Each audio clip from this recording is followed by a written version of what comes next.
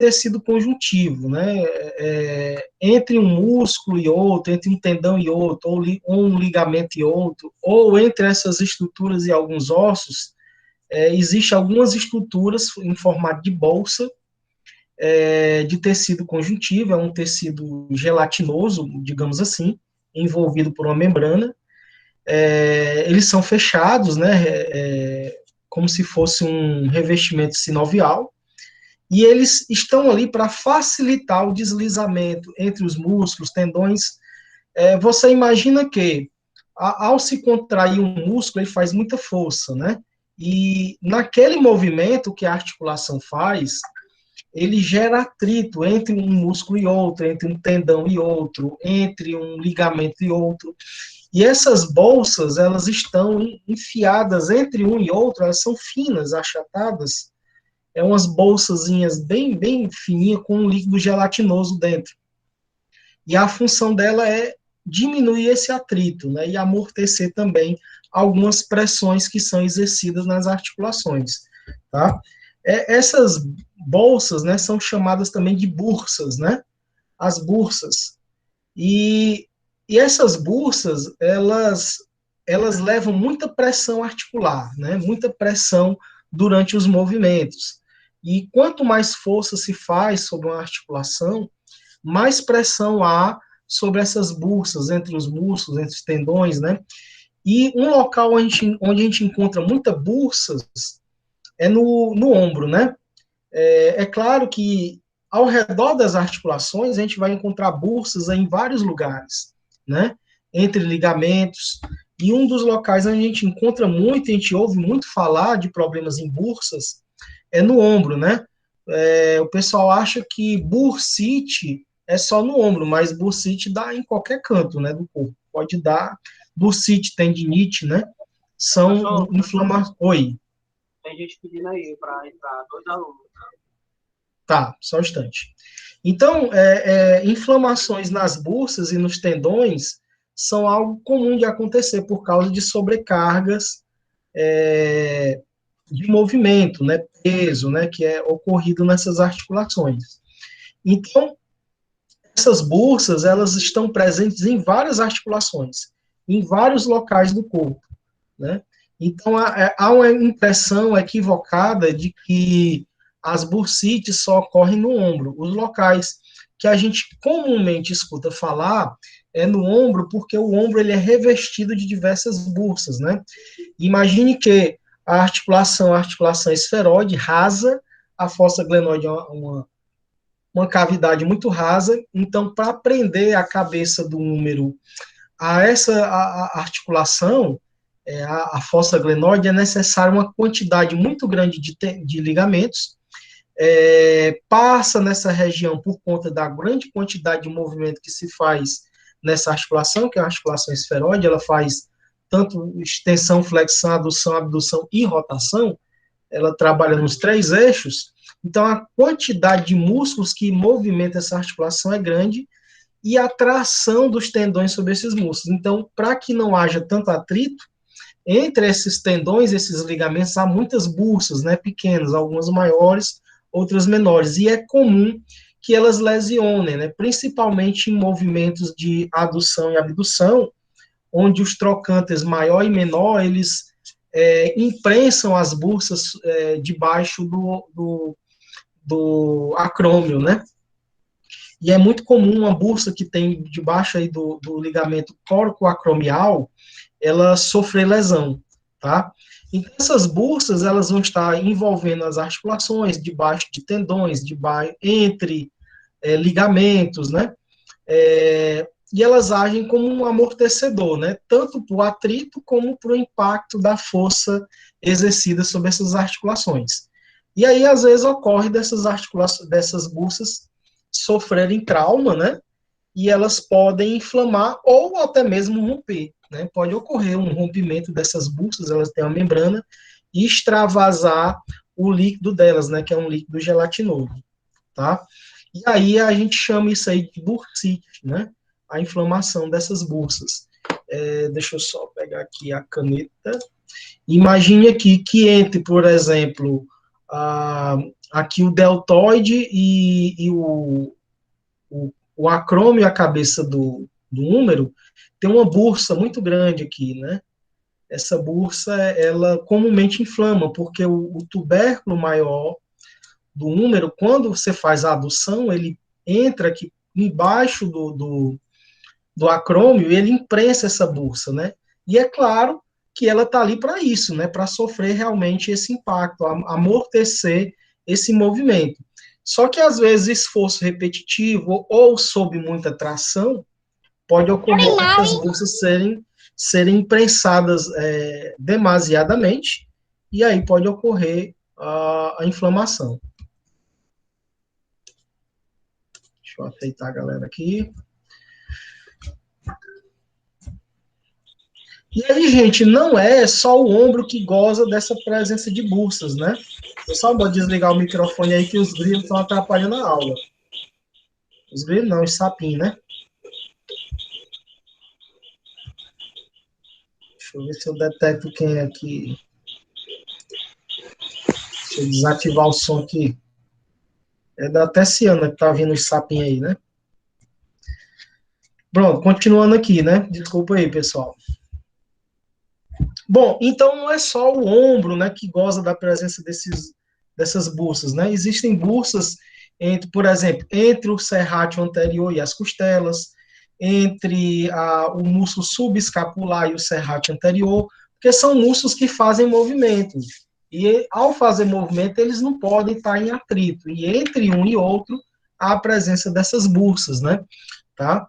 Então, a gente vai encontrar ela em vários lugares do corpo. Tem muitas bursas no quadril, ao redor dos músculos do joelho, né? E aí por diante, tá?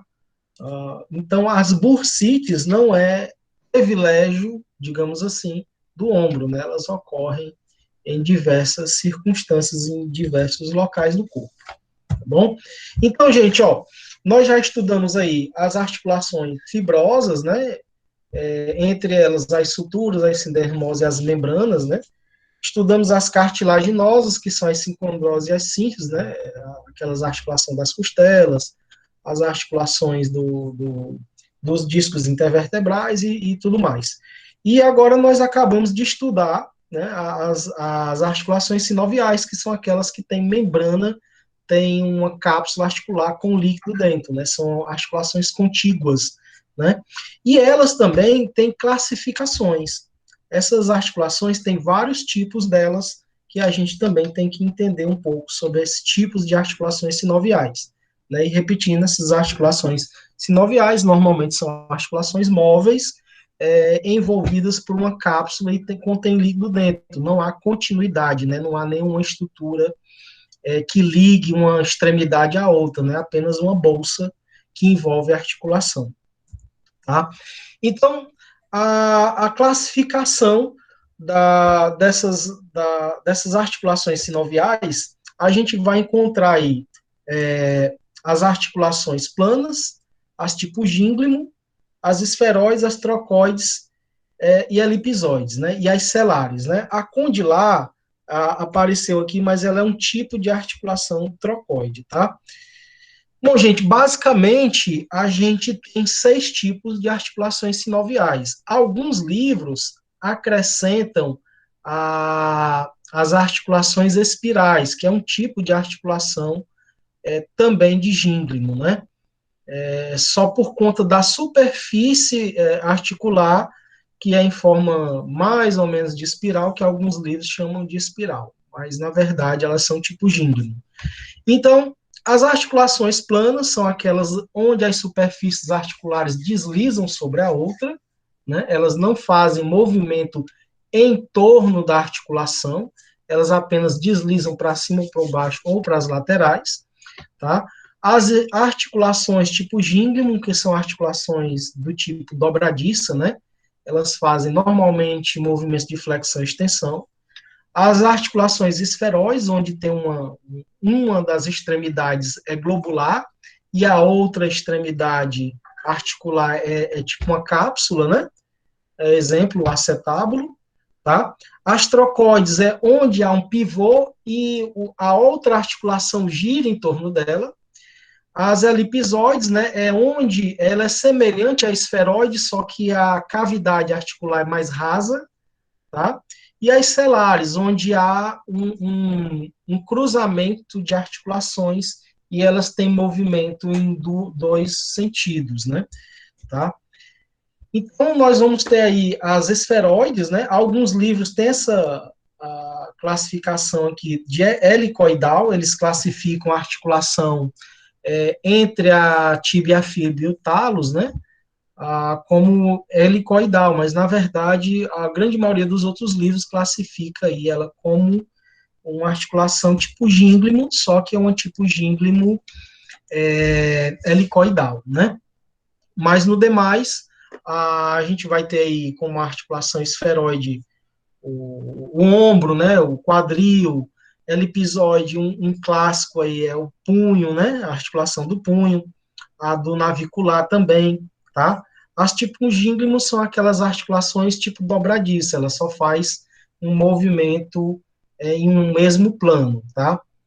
As celares, a gente tem aí as articulações que fazem movimentos bidirecionais, tá? E as planas são aquelas que fazem deslizamento, tá bom? Bom, vamos dar uma olhadinha aqui, particularmente para cada uma, né? As planas são articulações que normalmente ocorrem em ossos pequenos, né? Onde esse osso ele não faz movimento em torno da articulação, ele apenas desliza.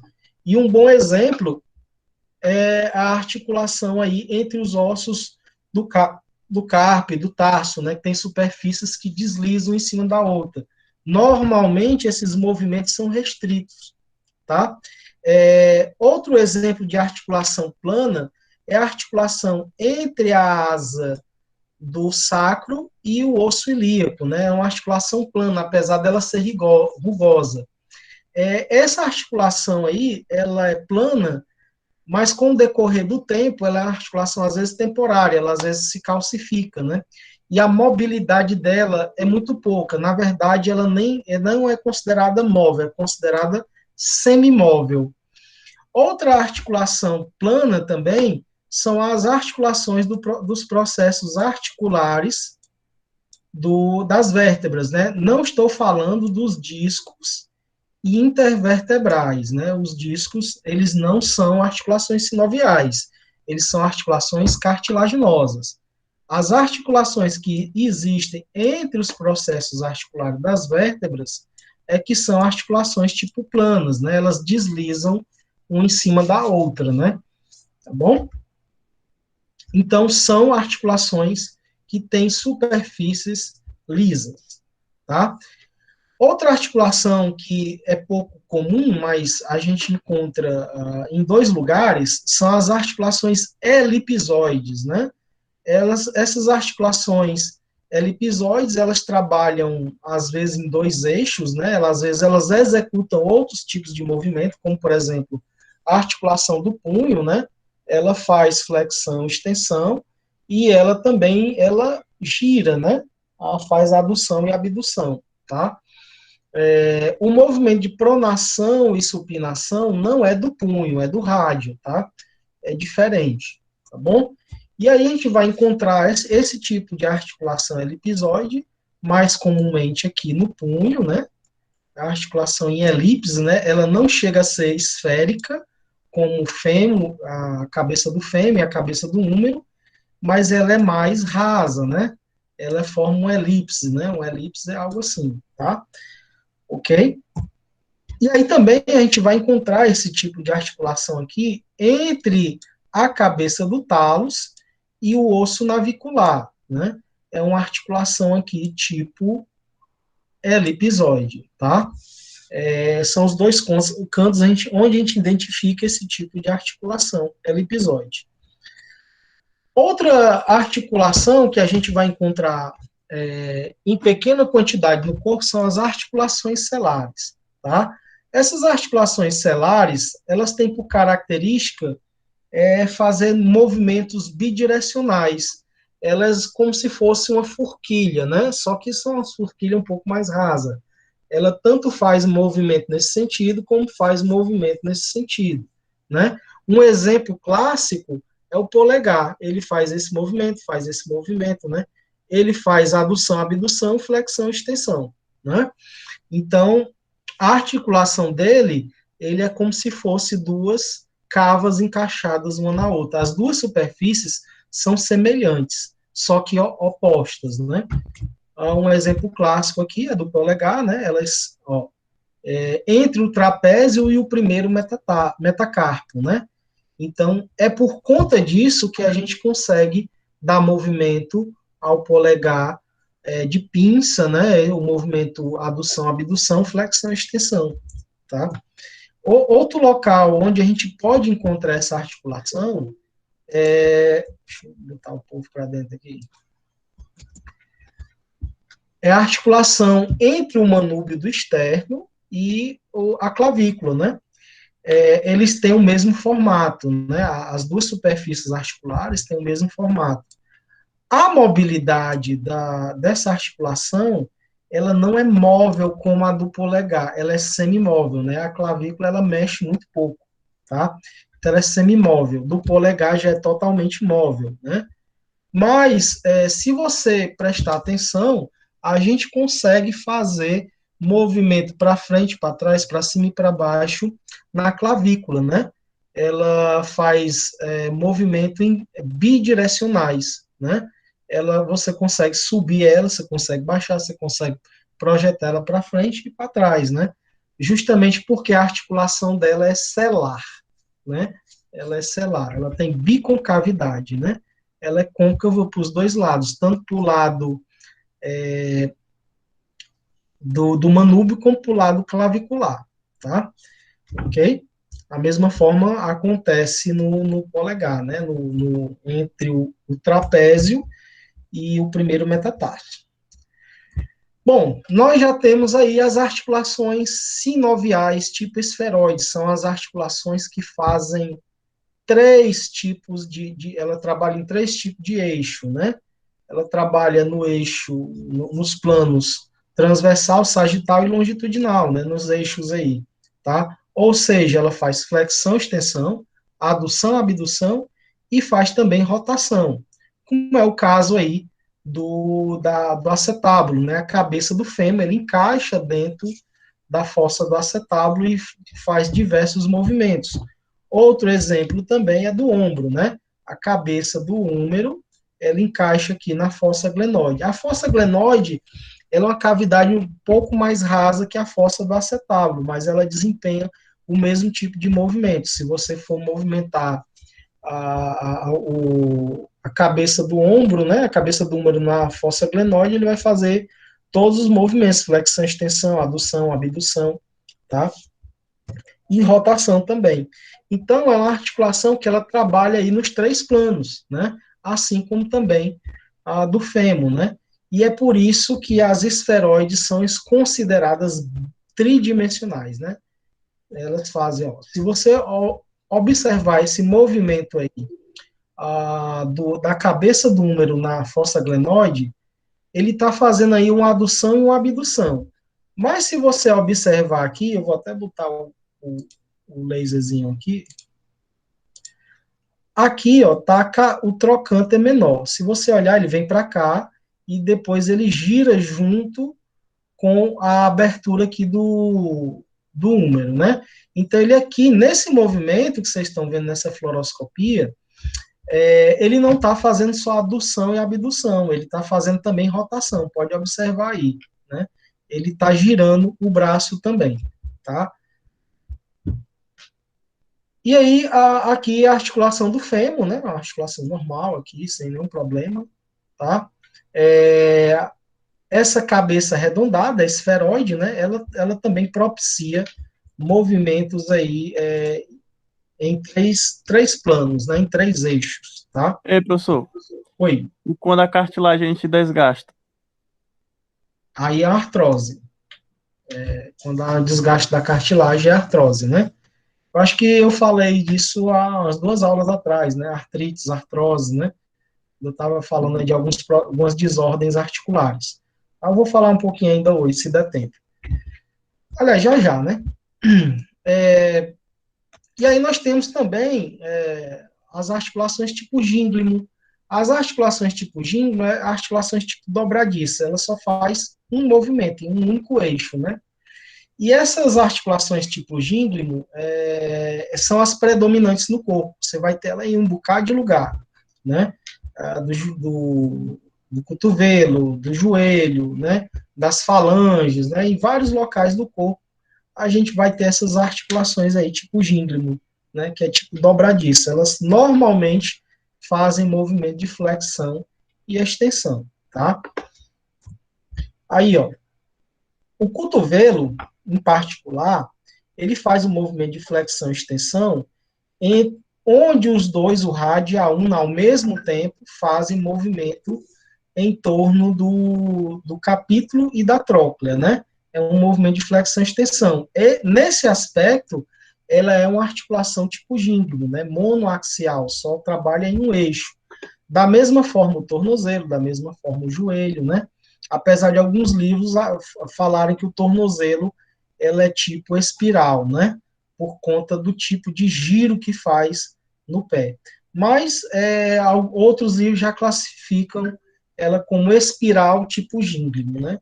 Tá bom? E aí nós temos as articulações tipo trocoides, que são as articulações onde faz movimento de rotação, elas têm forma de pivô. E um local onde a gente encontra elas é a cabeça do húmero, apesar de o húmero, aliás, do rádio e a una juntos formarem uma articulação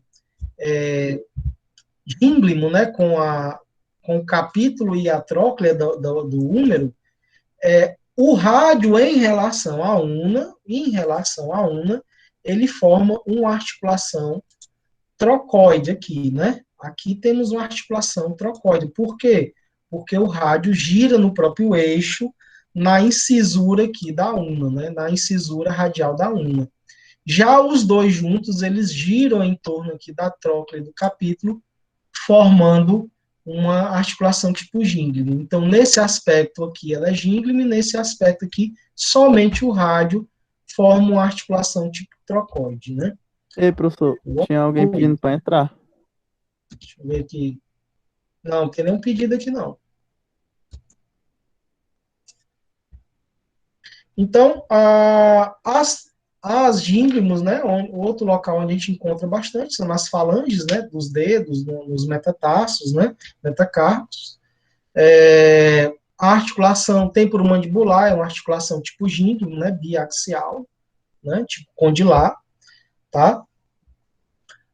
O joelho, né, é uma articulação tipo gínglimo, né, tipo dobradiça, né, ele trabalha só em um único eixo, né, tá? Envolvendo aí os côndilos do fêmur, né, com os côndilos da tíbia, com participação aí do osso sesamoide, que é a patela, né, do cotovelo aí também, ó. Nesse momento aqui, o cotovelo, né, ele está funcionando tipo gínglimo, né, a cabeça do rádio aqui não está girando no próprio eixo, está girando em torno do capítulo, então aqui ele é gínglimo. Mas quando o rádio gira em torno do próprio eixo, né, aqui na una, aí ele é considerado uma articulação trocoide, né, porque ele forma um pivô, né. Então, nós vamos encontrar essa articulação tipo pivô aqui no rádio, né, ele gira na incisura radial da una, e também o atlas gira em torno do dente do axis, né, dando um movimento de rotação da cabeça, tá? Aqui é o movimento de pronação e supinação do rádio, e aqui é o movimento de rotação da cabeça, que na verdade todos dois são movimentos de rotação, né? Então a cabeça do rádio ela vai girar aqui no próprio eixo, né? E aí o rádio vai cruzar por cima da una, formando um movimento de pronação e supinação. E já o atlas vai girar aqui em torno do dente do axis, né? Que ele vai formar um pivô, né? E aí esse movimento ao redor dele é um movimento trocoide, né? Tá aqui o axis, né? Aqui no raio-x, tá? aqui é o axis, o osso axis, aqui é o dente do axis, né? E aqui, ao redor dele, ó, nós vamos encontrar aqui o atlas, né? Tá? Aqui a superfície condilar, né? O côndilo do occipital, e a superfície axial aqui para o axis, né? E ele gira em torno desse pivô aqui, dando um movimento de rotação da cabeça, tá? E aí, só continuando aí a questão que você levantou agora há pouco, né? As desordens, a maioria das desordens articulares, é claro que existem várias outras, desde fratura, osteófitos, né?